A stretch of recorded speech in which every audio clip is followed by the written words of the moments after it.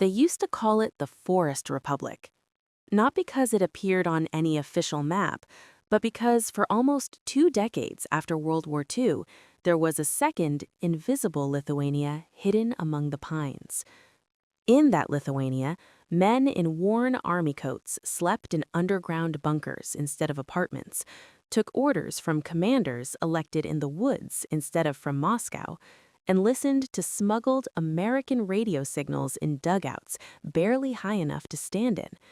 And on some nights, when the wind was right and the Soviet patrols were thin, fugitives from that hidden republic walked down small sandy beaches on the Baltic coast, climbed into overloaded fishing boats, and pointed their bows toward a faint line on the horizon: Sweden. On paper, the Soviet Union had erased Lithuania in 1940 and again in 1944. In school books, it was just another Soviet republic. In Moscow, it was a small square on a wall map, colored the same red as Russia, Ukraine, and the rest. But Lithuanians remembered something different.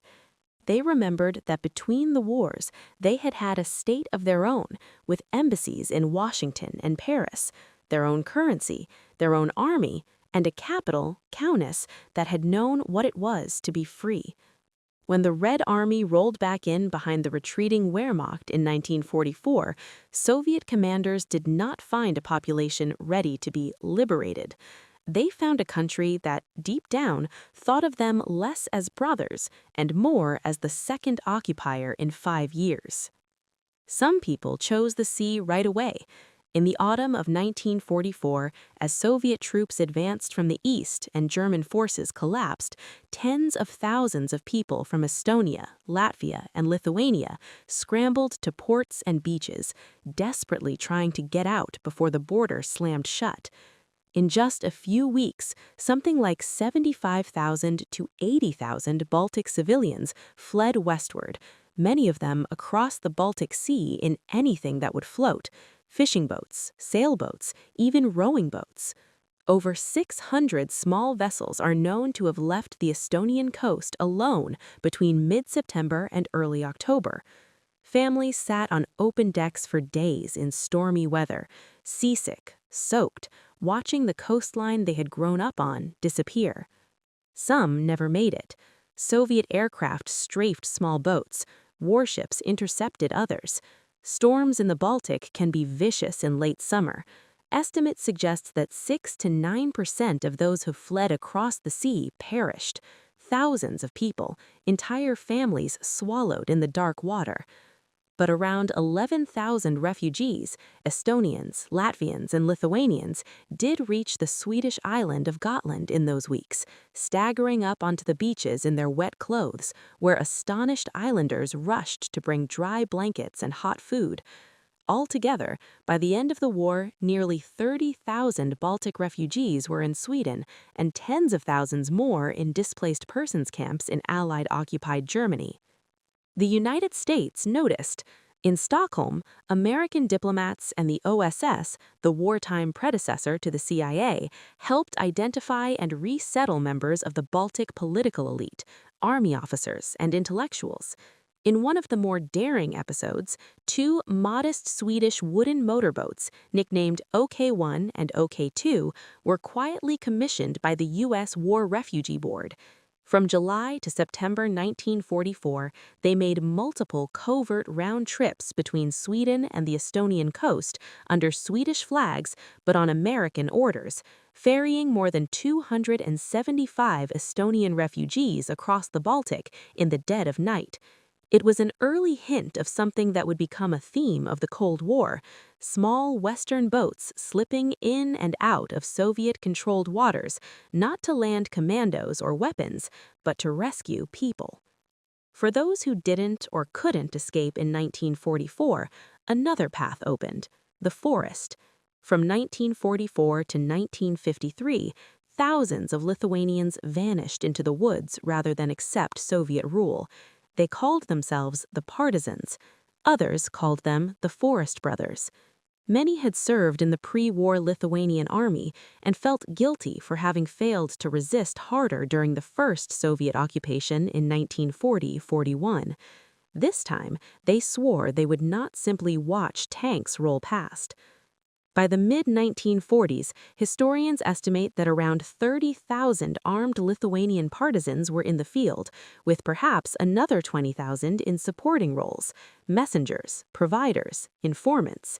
They dug bunkers in the remote pine forests of Aukštaityje and Dzūkija, built hidden underground shelters with plank beds, small stoves, and periscopes, and organized themselves into units that looked less like bandits and more like a shadow army.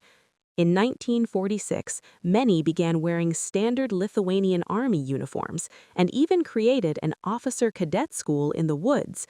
They held training sessions, elected commanders, and adopted ranks. In the eyes of those who joined, this was not just resistance, it was the continuation of a legitimate, interrupted state. Their enemies saw it differently. For Moscow, the Forest Brothers were bandits. To fight them, the NKVD and later the MGB deployed tens of thousands of troops, backed by local destruction battalions, paramilitary squads nicknamed Strybai in Lithuanian from the Russian Istrabiteli, destroyers. These units used terror as a tactic. Captured partisans were often tortured and executed. Their bodies were displayed in village squares as warnings. Relatives were rounded up and deported by the trainload to Siberia. In May 1948, in an operation codenamed Spring, Soviet forces deported an estimated 40,000 to 50,000 people linked in one way or another to the Forest Brothers. The war in the forests was brutal, confused, and for a time remarkably large-scale. In 1944 to 1946, the partisans still hoped they were buying time until the Americans came. Many of them were convinced that a Third World War, this time between the Western Allies and the Soviet Union, was inevitable, and that the United States, with its atomic bomb, would enforce a new version of the Versailles Peace, with self-determination for the Baltic states. They told each other that they just had to hold out long enough, keep the idea of independence alive, and the West would do the rest. So they fought. They ambushed NKVD convoys, blew up infrastructure, assassinated particularly brutal local communist officials, freed comrades from prisons, and disrupted forced collectivization in the countryside. They printed and distributed underground newspapers and leaflets. Nearly 80 different partisan periodicals appeared at one time or another, so that villagers could read something other than Soviet propaganda. In diaries later found in the KGB archives, one partisan, Leonginas Baliakevis, wrote of days shuttling between farmhouses for meals, nights in bunkers, and the constant fear of betrayal. And yet, on November 10, 1948, he could still write, "I feel that I love my country more and more." The Soviets adapted. They flooded the countryside with more troops, refined their intelligence, and stepped up infiltration. The MGB recruited agents inside partisan circles, turned captured fighters into informers, and set up fake resistance groups to trap supporters. Freed of the distraction of the war with Germany, Stalin could now afford to spend immense resources crushing rural guerrillas. Bit by bit, the big partisan formations were worn down. By the early 1950s, most of the large units had been destroyed or forced to adopt smaller, more mobile hit-and-run tactics. Yet, the resistance did not simply dissolve. In 1949, surviving leaders across Lithuania united under the banner of the Lithuanian Freedom Fighters Movement, LLKS, and adopted a political declaration that reaffirmed Lithuanian independence and set out democratic principles for a future free state, an underground constitution written in bunkers. Half a century later, after the Soviet Union collapsed, the restored Lithuanian parliament would officially recognize that 1949 declaration as a foundational act of the modern republic. On paper, at least, the Forest Republic had finally come up from under the trees. The human cost was staggering. Historians reckon that around 30,000 partisans and supporters were killed in Lithuania alone. The last known armed partisan, Antanas Kraujelis, held out in hiding until 1965, when he was cornered and killed, more than 20 years after D-Day. Another prominent leader, Adolphus Ramanauskas, who had even been born in the United States before his family returned to Lithuania, was captured, tortured, and executed in 1957. The guerrilla war in the Baltic states lasted longer than almost any other anti-Soviet resistance in Eastern Europe. To Americans watching from afar, much of this remained in the shadows. Public attention in the late 1940s and early 1950s was focused on Berlin, the Marshall Plan, and then Korea. But inside the CIA and MI6, the Baltic forests were not forgotten. The United States never legally recognized the Soviet annexation of Lithuania, Latvia, and Estonia. Their pre-war legations in Washington and London were allowed to continue operating as governments in exile, tiny but symbolically powerful reminders that their countries still existed in law, if not in fact. In 1949, the British Secret Intelligence Service, working with the CIA, launched an operation codenamed Jungle. The idea was simple enough: recruit exiled Estonians, Latvians, Lithuanians, and Poles, train them in Britain and Germany, and then infiltrate them back into their homelands by sea and air to link up with the Forest Brothers, gather intelligence, and keep alive an organized underground that might be useful in a future East-West war. To do that, Western services turned again to the Baltic Sea. Fast launches slipped out of ports in southern Sweden and Danish waters on moonless nights, running low and quiet across minefields and patrol lines toward the Soviet-held coasts. On some missions, they put agents ashore with radios, money, and instructions to find partisan commands. On others, they hoped to extract messengers and documents and bring them back to Stockholm or Hamburg. It was a deadly game. The KGB and its predecessors had already penetrated many resistance networks. Thanks in part to information leaked by British double agent Kim Philby, Moscow often knew where and when infiltrations were planned. Again and again, men who thought they were stepping off a Western boat into the relative safety of Forest Brothers territory walked instead into arms already prepared to grab them.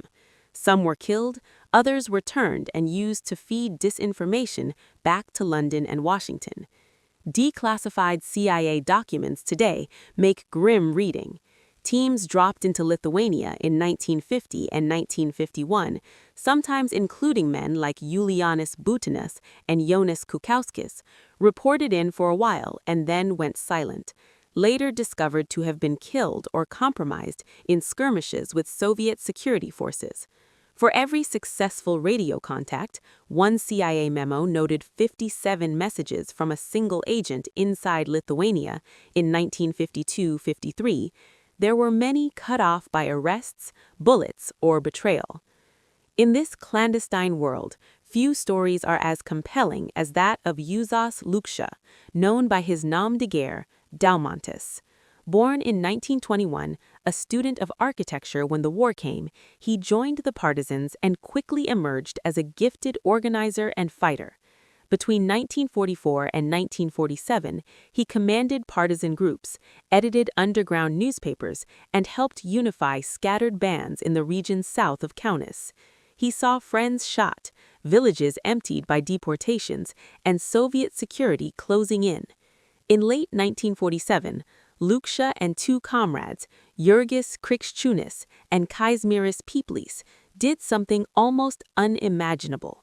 They slipped out of Soviet Lithuania, across the Iron Curtain, into Poland, and from there moved west until they reached Sweden and finally the West. They carried with them detailed reports of Soviet repression, a letter to Pope Pius XII, and messages from the forest commanders to exiled Lithuanians. In Paris, Luksha lived under assumed names, dictated his memoirs, later published in English as Forest Brothers, Fighters for Freedom, and married a Lithuanian refugee, Nijolė Bražėnaitė. American and British intelligence officers quickly understood what they had: a charismatic, battle-hardened leader who knew the underground from the inside and could help tie CIA and MI6 operations directly to genuine resistance rather than KGB traps. The CIA put him through training in Germany, teaching him encryption, clandestine radio, and how to jump from aircraft at night. On October 4, 1950, an unmarked C-47, piloted by two Czech veterans, flew over Soviet-held territory and dropped Luksha and two teammates by parachute near the Lithuanian border, in an area then administered as part of the Kaliningrad Oblast. For the next 11 months, Daumantis dodged the net. He re-established contact with surviving partisan cells, relayed intelligence to the CIA by wireless, and moved from bunker to bunker, always knowing that his face and description were pinned up in KGB offices across the country. The CIA continued to send messages to him, updating him on planned infiltrations and asking for assessments of the resistance's strength. But the circle was tightening. In September 1951, lured into a meeting by a former comrade who had been turned by the KGB, Luksha walked into an ambush and was killed in a firefight. For Americans who later read his memoirs in exile, Luksha was a vivid embodiment of what the Baltic struggle meant. A man who had literally crossed the Iron Curtain in both directions, who had climbed into a U.S.-supplied aircraft, jumped back into Soviet-occupied territory, and given his life in the belief that one day the West's superior strength, military, economic, and moral, would break Moscow's grip. For Soviet officers reading his file, he was something else. Proof that even in the depths of their empire, men could make their way out, see the other side, and still choose to return and fight. All this time, the Baltic Sea remained a kind of gray, shifting border. In 1944, it had carried refugees westward in tiny boats. In the late 1940s and early 1950s, it carried CIA and MI6 agents back in. Through the 1950s and 1960s, it was increasingly patrolled by Soviet border guards, radar stations, and naval units determined to prevent any more great escapes. But people kept trying. Individual fishermen and sailors occasionally cut their nets, altered course, and ran for Sweden or Gotland when an opening appeared. The Baltic coast of the USSR became one of the most controlled maritime frontiers in the world. Not because the Soviet Union feared invasion from Sweden, but because it feared the sight of its own people fleeing towards Swedish lighthouses. While the guns grew quieter in the forests, another front opened in the cities and villages of Lithuania, the underground press. In 1972, a group of Catholic priests and laypeople launched something that would become as feared by the KGB as any rifle squad. The Chronicle of the Catholic Church of Lithuania. Typed on smuggled paper, copied and recopied on hidden typewriters, the Chronicle documented religious persecution, arrests, show trials, and abuses of power in painstaking detail. Each issue recorded names, dates, places, raw data that completely undermined Soviet claims of freedom of conscience and voluntary atheism.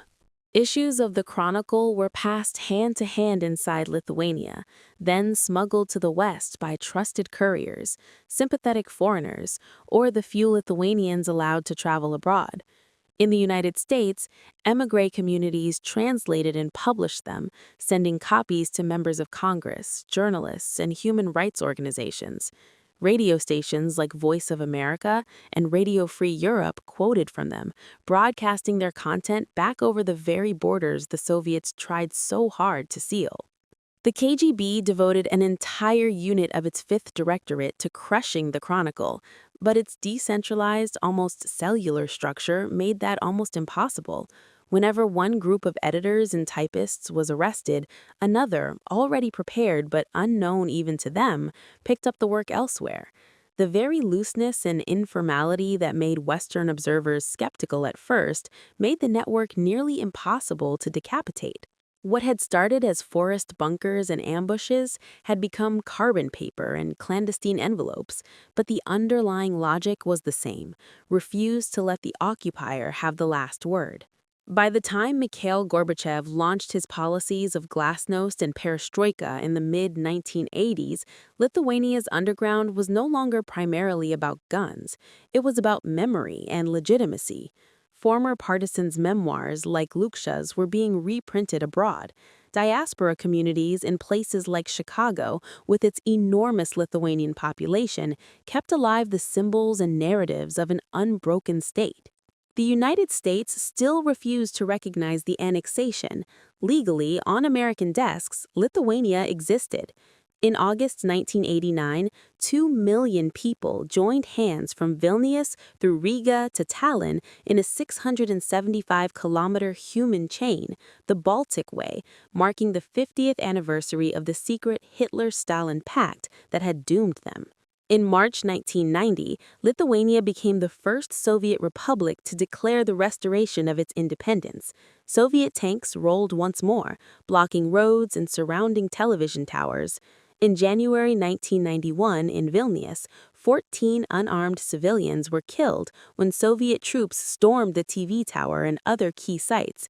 But by then, the world was watching, and the old hope that had kept forest fighters going in 1946, that the United States and the rest of the West would ultimately prevail, was finally being realized in a way no one had quite imagined.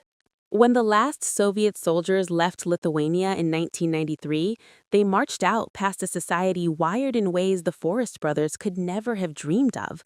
Western televisions in apartments, imported cars in the streets, satellite dishes on roofs beaming in news from around the world. Many of the people watching them go had relatives in Chicago, Toronto, or Melbourne, families that had once crossed the Baltic in open boats or boarded DP ships from German ports. For those Soviet officers heading east, it must have been hard not to notice that the infrastructure around them, the supermarkets, the individual houses, the electronics, looked a lot more like Stockholm or Hamburg than like the moldy, standardized housing blocks they came from. That, ultimately, is what ties the Lithuanian underground and the Baltic escape routes to the emotional thread your American audience knows from World War II stories about German officers staring at American assembly lines and being stunned. In the 1940s and 1950s, men and women in Lithuania risked their lives to smuggle themselves, their children, or their stories across the Baltic Sea to Sweden because they believed there was a world out there where a small country could be free and where technology and prosperity served people instead of party slogans. In the forests, partisans held on for years longer than anyone thought possible, convinced that the side with radios you could listen to without fear, cars most families could own, and printing presses you did not have to hide in a bunker would ultimately win. From the decks of Swedish rescue boats in 1944 to the clatter of illegal typewriters in Catholic rectories to the hum of colored TVs in Lithuanian living rooms in the late 1980s, the same contrast kept resurfacing. On one side, an empire so afraid of its own citizens that it mined its coasts, filled its forests with secret police, and devoted entire directorates to stopping a few sheets of paper. On the other, a network of countries whose openness, wealth, and technology were so attractive that people would cross stormy seas and decades of occupation just to reach them. In the end, the Lithuanian underground did not defeat the Soviet Union on the battlefield. It did something more patient and, in some ways, more profound. It kept alive, under the trees and across the Baltic, the idea that another way of life existed, and that ordinary people, armed first with rifles and later with mimeograph machines, could reach for it. When the tanks finally went home and the flags changed, that idea stepped out of the forest and into the light, blinking but unbroken.